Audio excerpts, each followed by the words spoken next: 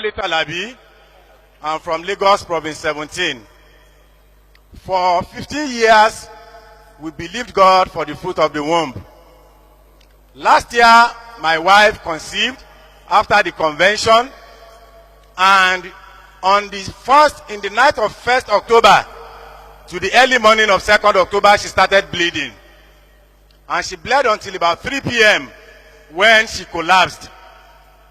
I had to rush her to the hospital.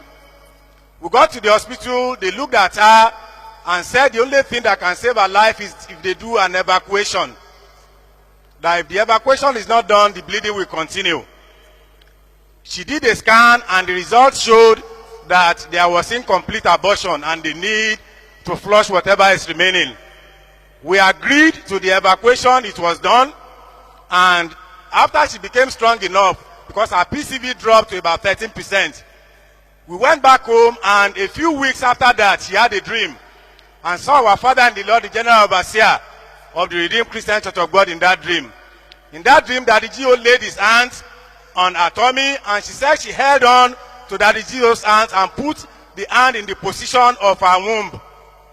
And lo and behold, a few weeks after, she told me she could feel a movement. The doctors told us we should wait for about 4 or 5 months for her to be strong before she can be pregnant. So we didn't come together. She said she's feeling a movement. To cut the long story short, in April of this year, she delivered a bouncing baby boy.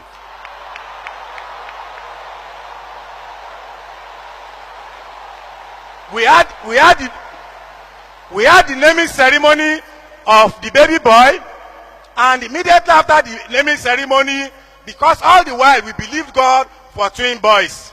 Immediately after the naming ceremony, she became very weak and told me she can still feel a movement in her womb.